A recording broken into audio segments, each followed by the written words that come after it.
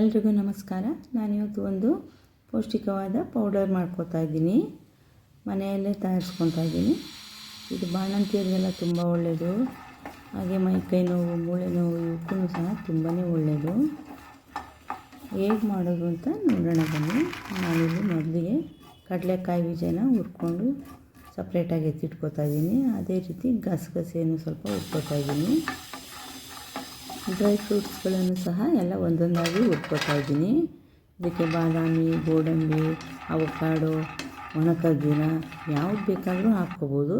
ನಾನು ಇವತ್ತಿಲ್ಲಿ ಒಣ ಖರ್ಜೂರ ಇರಲಿಲ್ಲ, ಅದು ಹಾಕ್ಕೋತಾ ಇಲ್ಲ. ಮಿಕ್ಕಿದೆಲ್ಲ ನಾನು ಒಂದು ಕಪ್ಪು ಮೆಜರ್ಮೆಂಟಲ್ಲಿ ಒಂದೊಂದು ಕಪ್ ಅಳತೆಯಲ್ಲಿ ತೊಗೊಂಡಿದ್ದೀನಿ. ಗಸಗಸೆ ಮಾತ್ರ ಒಂದು 2 ಟೇಬಲ್ ಚಮಚದಷ್ಟು ತೊಗೊಂಡ್ರೆ ಸಾಕು. ನೋಡಿ, ಪ್ರತಿಯೊಂದನ್ನು ಈ ರೀತಿ ತುಂಬ ಹುರಿಯೋದು ಬೇಕಿಲ್ಲ. ಈ ರೀತಿ ಸ್ವಲ್ಪ ಬೆಚ್ಚಗೆ ಮಾಡಿಕೊಂಡ್ರೆ ಸಾಕು. ಯಾಕೆಂದರೆ ಮತ್ತೆ ನಾನು ಆಮೇಲೆ ಹುರ್ಕೊತಾ ಇದ್ದೀನಿ. ಅದಕ್ಕೋಸ್ಕರ ಬಿಳಿ ಎಳ್ಳನ್ನು ಸಹ ಹುರಿದಿಟ್ಕೊತಾ ಇದ್ದೀನಿ. ಇದನ್ನೆಲ್ಲ ಸ್ವಲ್ಪ ಹೊತ್ತು ತಣ್ಣಗಾಗೋದಕ್ಕೆ ಬಿಡಬೇಕು. ಬಿಸಿಯಲ್ಲಿ ಮಿಕ್ಸಿಯಲ್ಲಿ ಪೌಡ್ರ್ ಮಾಡೋಕ್ಕಾಗಲ್ವಲ್ಲ, ಅದಕ್ಕೋಸ್ಕರ ತಣ್ಣಗಾಗೋದಕ್ಕೆ ಬಿಟ್ಟಿದ್ದೆ. ಈಗ ನೋಡಿ, ತಣ್ಣಗಾದ ನಂತರ ಕಡಲೆ ಬೀಜನ ಈ ರೀತಿ ಎಲ್ಲ ಸಿಪ್ಪೆ ಎಲ್ಲ ತೆಗೆದು ಸಪ್ರೇಟ್ ಮಾಡ್ಕೊತಾ ಇದ್ದೀನಿ. ನೋಡಿ, ಸಿಪ್ಪೆ ಎಲ್ಲ ತೆಗೆದಾಗಿದೆ. ಈಗ ಇದನ್ನೆಲ್ಲ ಒಂದೊಂದಾಗಿ ಮಿಕ್ಸಿಯಲ್ಲಿ ಪೌಡ್ರ್ ಮಾಡ್ಕೋಬೇಕು. ಇದಕ್ಕೆ ನಾನು ಸಿಹಿಗೆ ಸ್ವಲ್ಪ ಬೆಲ್ಲ ಹಾಕ್ಕೋತಾ ಇದ್ದೀನಿ. ಬೆಲ್ಲ ನಾನು ಇದು 2 ಅಚ್ಚಷ್ಟು ತೊಗೊಂಡಿದ್ದೀನಿ. ಅದ್ರ ಜೊತೆಗೆ ನಾನು ಒಣ ಕೊಬ್ಬರಿಯನ್ನು ಸಹ ತೊಗೊಂಡಿದ್ದೀನಿ. ಒಣ ಕೊಬ್ಬರಿಯನ್ನು ನೀವು ಬೇಕಿದ್ದರೆ ಮಾತ್ರ ಹಾಕ್ಕೊಳ್ಳಿ.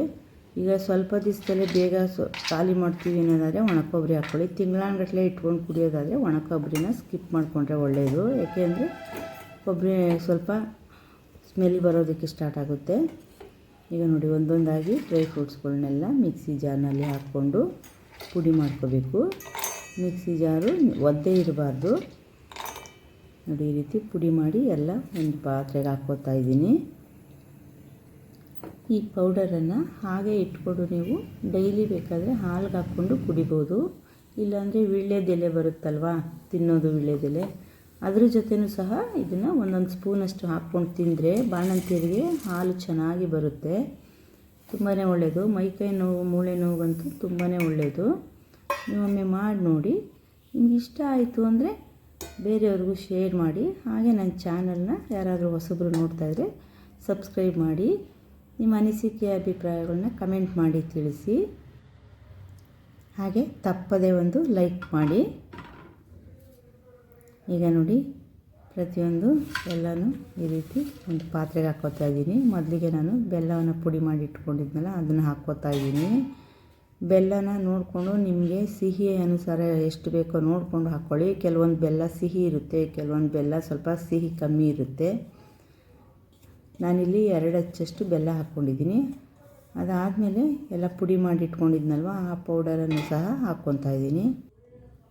ಈಗ ಒಣ ಕೊಬ್ಬರಿ ತುರಿಯನ್ನು ಸಹ ಹಾಕ್ಕೋತಾ ಇದ್ದೀನಿ. ನಾನು ಮೊದಲೇ ಹೇಳಿದಾಗೆ ಇದು ನೀವು ತಿಂಗಳಾನುಗಟ್ಟಲೆ ಇಟ್ಕೊಂಡು ಕುಡಿತೀವಿ ಅನ್ನೋದಾದರೆ ಒಣ ಕೊಬ್ಬರಿಯನ್ನು ಸ್ಕಿಪ್ ಮಾಡ್ಕೊಳ್ಳಿ.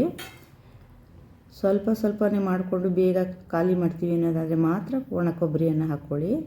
ಇದ್ರ ಜೊತೆಗೆ ನಾನು ಒಂದು ಚಿಟಿಕೆಯಷ್ಟು ಕೇಸರಿಯನ್ನು ಹಾಕ್ಕೋತಾ ಇದ್ದೀನಿ. ಇದನ್ನು ಅಷ್ಟೇ, ನೀವು ಹಾಕಲೇಬೇಕು ಅಂತ ಏನಿಲ್ಲ, ಇದ್ದರೆ ಮಾತ್ರ ಹಾಕ್ಕೊಳ್ಳಿ, ಇಲ್ಲ ಅಂದರೂ ಪರವಾಗಿಲ್ಲ. ಈಗ ನೋಡಿ, ಇದನ್ನೆಲ್ಲ ನಾನು ಮತ್ತೆ ಒಂದು ಸರ್ತಿ ಹುರ್ಕೋತಾ ಇದ್ದೀನಿ.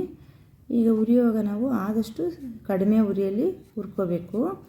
ಬೆಲ್ಲ ಎಲ್ಲ ಕರಗಿ ಪುಡಿ ಜೊತೆ ಎಲ್ಲ ಹೊಂದ್ಕೊಳ್ಳೋವರೆಗೂ ನಿಧಾನವಾಗಿ ಈ ರೀತಿ ಹುರ್ಕೊಳ್ಳಿ. ಆದಷ್ಟು ಕಡಿಮೆ ಉರಿಯಲ್ಲಿ ಹುರ್ಕೊಂಡ್ರೆ ಒಳ್ಳೆಯದು.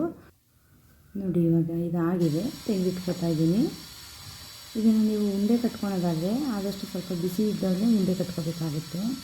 ಇಲ್ಲಾಂದರೆ ತಣ್ಣಗಾದ ನಂತರ ಒಂದು ಏರ್ಟೈಟ್ ಡಬ್ಬಿಲಿ ಹಾಕಿ ಎತ್ತಿಟ್ಕೊಂಡ್ರೆ ಹಾಗೇನೂ ತಿನ್ಬೋದು. ಡ್ರೈ ಫ್ರೂಟ್ಸ್ ಪೌಡರನ್ನು ಮನೆಯಲ್ಲೇ ಹೇಗೆ ಮಾಡ್ಕೊಳೋದು ಅಂತ ನೋಡಿದ್ರಿ ಅಲ್ವಾ. ಮಾಡೋದಕ್ಕೂ ಸಿಂಪಲ್ಲಾಗಿರುತ್ತೆ. ನೀವೊಂದು ಸರ್ತಿ ಮಾಡಿ ನೋಡಿ. ಈ ವಿಡಿಯೋ ನಿಮ್ಗೆ ಇಷ್ಟ ಆದರೆ ತಪ್ಪದೇ ಒಂದು ಲೈಕ್ ಮಾಡಿ. ಹಾಗೆ ಬೇರೆಯವ್ರಿಗೂ ಶೇರ್ ಮಾಡಿ.